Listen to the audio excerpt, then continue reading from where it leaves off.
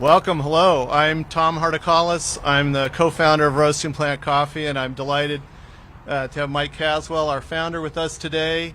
We are so excited to be here in DC, roasting coffee right in our shop, as we do in every shop, brewing every cup to order from any specialty bean we have in less than a minute, and even providing freshly roasted coffee by the bag for people to take home on those fewer and fewer days that they might not be in the office. So hopefully they'll come in and take advantage of that. We couldn't be more thrilled to be here in our nation's capital and supporting the mayor in the DC Comeback Plan. We really need people to come downtown, and we think opportunities like Roasting Plant for them to come and see beans flying around is a great way to do that. So we're thrilled to be part of that and to helping make DC one of the most successful cities in the country and to play our part in doing that. We bet on DC for our growth. This is our first store. Our second store is at 19th and L, just a few blocks away, opening this month, and we have more on deck.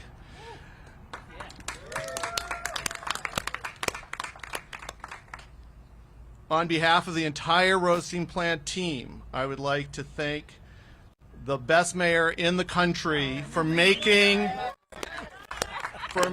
DC such a livable city, and for supporting small businesses like ours by coming out here today. It means the world to us, and we will play our part in helping her make this the greatest city in the country. Mayor, thank you so much. Thank you, Tom. Thank you. Thank you. Thank you, Mike. Thank you. Let's give Tom and Mike a big round of applause and the entire Roasting Plant team. Welcome to DC, and I want to thank everyone for coming down today to celebrate a business opening here in the Golden Triangle in downtown Washington. And already they're just opening and talking about their second location. That's what I love. So give them another round of applause. I also want to recognize and thank Sean Townsend from the Restaurant Association and Leona Agrigrides from the Golden Triangle Bid, who are a part of all of our downtown discussions, planning, and future. And so we want to thank you for working hand in hand with DC businesses, with DC property owners, to make sure we're filling our spaces, bringing people to our spaces, and planning for a vibrant future. So please give them a round of applause. We're also joined by members of my team, Deputy Mayor Nina Albert, Interim Director for the Department of Small and Local Businesses, Rosemary Sugg Evans. And as you know, Rosemary has been serving as the Interim Director of DSLBD since the fall. She's a fierce advocate for our local business community. And today I'm proud to announce that I have appointed her as Director Suggs Evans to serve as the permanent director of DSLBD. So congratulations, Rosemary. So places like the Roasting Plant are helping us tell the real story of downtown, that businesses are opening, DC residents are working here, and our workers and residents are supporting our businesses. More people are returning to the office during the work week. Most recently, Metro reported their highest morning ridership day since the pandemic, and visitors numbers downtown have reached 90% of our pre-pandemic numbers. This is all great news and proof that people are coming to our beautiful downtown. But beyond downtown, we also want you to explore all that our city has to offer. That includes our wonderful coffee shops, retail stores, museums, and restaurants. So today we're partnering with several coffee shops and restaurant association members to launch some new Be Downtown specials. The goal is to help people explore, maybe go back to one of their old spots or try a new spot, and come to see all the great people who are waiting to serve you. So stepping up first to offer coffee specials is Roasting Plant, Compass Coffee, Slipstream, and Urban Roast. Each will be offering free coffee for an hour every Monday morning at their downtown locations starting February 12th through March the 4th. So yay, DC businesses. We are also working with our restaurant association and our bids and the business community to spotlight downtown restaurants that will offer morning and daytime and evening specials. Downtown DC has almost 25% of all restaurants in DC, and supporting them is key to the DC comeback. You can find a full list of participating coffee shops and restaurants at Mayor.dc.gov. And now I'd like to welcome Director Suggs Evans. Then you will hear from Sean Townsend, and we'll have a few moments for questions. Thank you, Rosemary. Good morning, everyone. Good morning. Thank you, Mayor Bowser. I am both honored. Let me try this again. I am both honored and excited to stand here before you today as the Director of the Department of Small and Local Business Development. I want to thank Mayor Bowser for trusting me to continue to lead this phenomenal team at DSLBD. I am humbled by the responsibility and inspired by the positive impact our department will continue to have to bring the small business community at the forefront. As I step into this role, I'm aware of the challenges and opportunities that lie ahead. DSLBD is committed to fostering a thriving small business community through partnerships, innovation, and listening to the diverse voices within the district. So let's work together to continue to create an environment that encourages and supports entrepreneurship, innovation, and inclusivity for all. Thank you once again, Mayor Bowser, for the opportunity to serve the residents and small businesses of the district, which I call home, for over 30 years. Thank you. And now I'd like to welcome the President and CEO of the Metropolitan Washington Restaurant Association. Good morning. I'm Sean Townsend, President and CEO of the Restaurant Association of Metropolitan Washington, where we have over 1,400 members throughout the region, with half of those members being in DC proper. I like to call ourselves the largest voice for the smallest businesses in the region. So we continue to advocate every day on behalf of our members. Of course, you know, restaurants have had some challenges. With those challenges, we've also had more openings in 2023 than we had closures.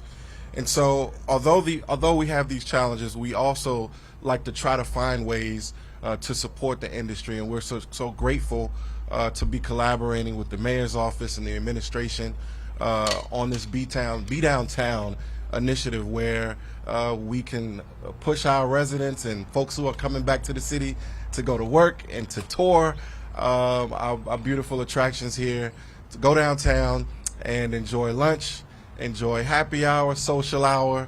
As the mayor mentioned, we have a quarter of our restaurants in the downtown corridor, so we want to try to do everything that we can to support those businesses. So thank you, Mayor. We have 34 restaurants a part of this initiative that will be offering lunch. 43 of those restaurants will be offering happy hour specials. And of those, 32 will be offering lunch and happy hour specials. So thank you to our members who have signed up over the last couple days to be a part of this program. And if you want more information about restaurants that are listed, as the mayor mentioned, bedowntown.dc.gov. Thank you. Thank you. All right, you heard it. Free coffee, lunch, and dining specials. Go to bedowntown.dc.gov for more information. So with that, we have time for a few questions. Any questions, Michael? Yeah, hey Mayor, you mentioned the story of downtown, and I'm wondering if you feel like there's a perception problem or a negative perception about how people are feeling about downtown that needs to be corrected. Well, the what I want to make sure people know is that people are coming to work, people are riding in the metro, people are visiting, people are filling restaurants. Now, I probably go to more downtown DC restaurants than most, and when I'm there, I see people filling the restaurants, having a great time, and enjoying the downtown. I've spent a good part of, not this past weekend, the weekend before downtown, at different restaurants, at the theater, and I'm seeing packed places. So frequently when I hear about the downtown, it's something negative, that people aren't coming in. Well, people are coming in. And more people are coming in this month than they have in the previous, 24 months. So we welcome them. Our restaurants and businesses are ready to serve them, and that's what I'll say. Yes. Mayor, good morning. Tom Fitzgerald. We learned the other day that Mike Gill had succumbed to his injuries from the carjacking that took place recently. This is now garnering national attention.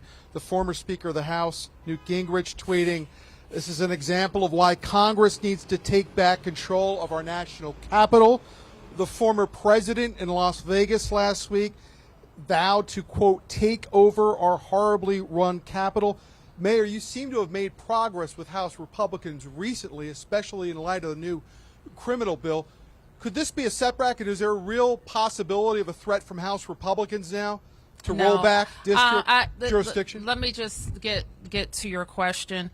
We know that we are in an election year, a pivotal election year. It looks like we know who the candidates for president are going to be, and this won't be the first time that they try to attack American cities. And I feel like a real bitter taste in my mouth when a person's and a family's tragedy is being exploited for that reason. Let me just say that I had the honor of appointing Mike to serve on a very important board in the District of Columbia, one that helps us run elections. He served with distinction, and this tragedy, and let me also characterize it the right way, because I don't think MPD has characterized it as a carjacking. But what we know, it appears, is that we had a very sick individual with a gun with a death wish.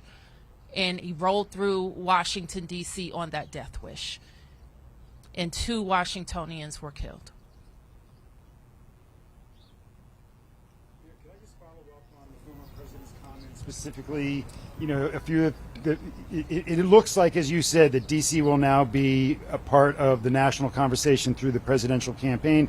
Former President Trump pointed to graffiti and garbage, which he's done before. He pointed to homeless encampments, and he said people come to Washington, D.C. to see the Lincoln Memorial, and they go home in a casket. And you just talked about the incorrect perception about downtown, about people coming down here. What about now this national conversation that may or may not be the correct perception of the nation's capital and our hometown, but it's what's being perceived out across the country?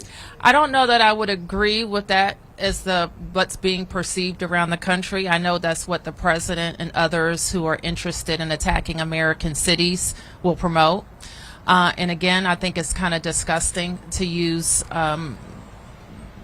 this person's death in that way, and we won't engage in it. Mayor, I wanted to ask about the nomination of Joel Caston. The council's expected to consider tomorrow. I don't know how close you're following that. He spent 27 years behind bars for murder, and the U.S. attorney has argued against his nomination, calling his integrity into question, saying he'd be an advocate for lesser sentences or softer on crime. The council chairman has supported his nomination and said the commission will benefit from his perspective. Where do you stand on his appointment? I haven't weighed in on his appointment. I think that's a council nominee, and where we've worked with the council to try to have more people with law enforcement experience on the sentencing commission. I think there's long been a belief that the ideological viewpoints of a lot of previous commissioners have been towards non-accountability. And so I would encourage the council to focus on people who want justice in our city for violent crime. And I would tend, not knowing a lot about this nominee, I would tend to associate myself with the U.S. Attorney on this one. Yes. The Metro Board seems to be leaning toward fare increases, not toward service disruptions or reductions, but somewhere around a 12% fare increase that could take effect as early as this summer. Your thoughts on that? I sent Metro a letter, I think you probably know, that indicated how the district would approach what I consider an anomalous year post-pandemic, the resetting of some of the baseline budgets, and what represents what all jurisdictions, an increased commitment by all jurisdictions.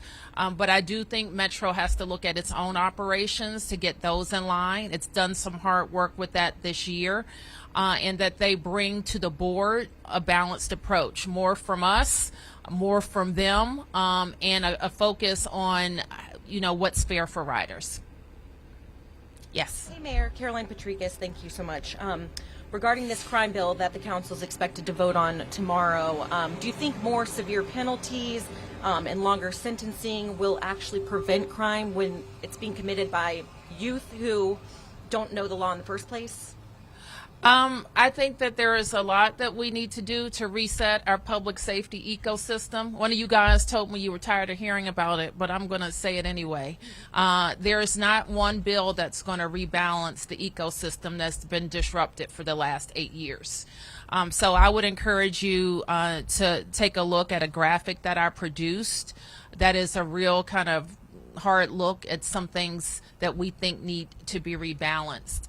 I think there are some things in this bill that help us get there. They include part of my Act Now bill that we advanced, as well as the Safer, Stronger 2.0, some things in there. I believe firmly that we have to deal consistently with gun offenses in this city, which we don't. There has to be accountability for gun offenses. We have to address emerging crime trends, and we have to have a system that supports our ability to recruit the best of the best in police officers.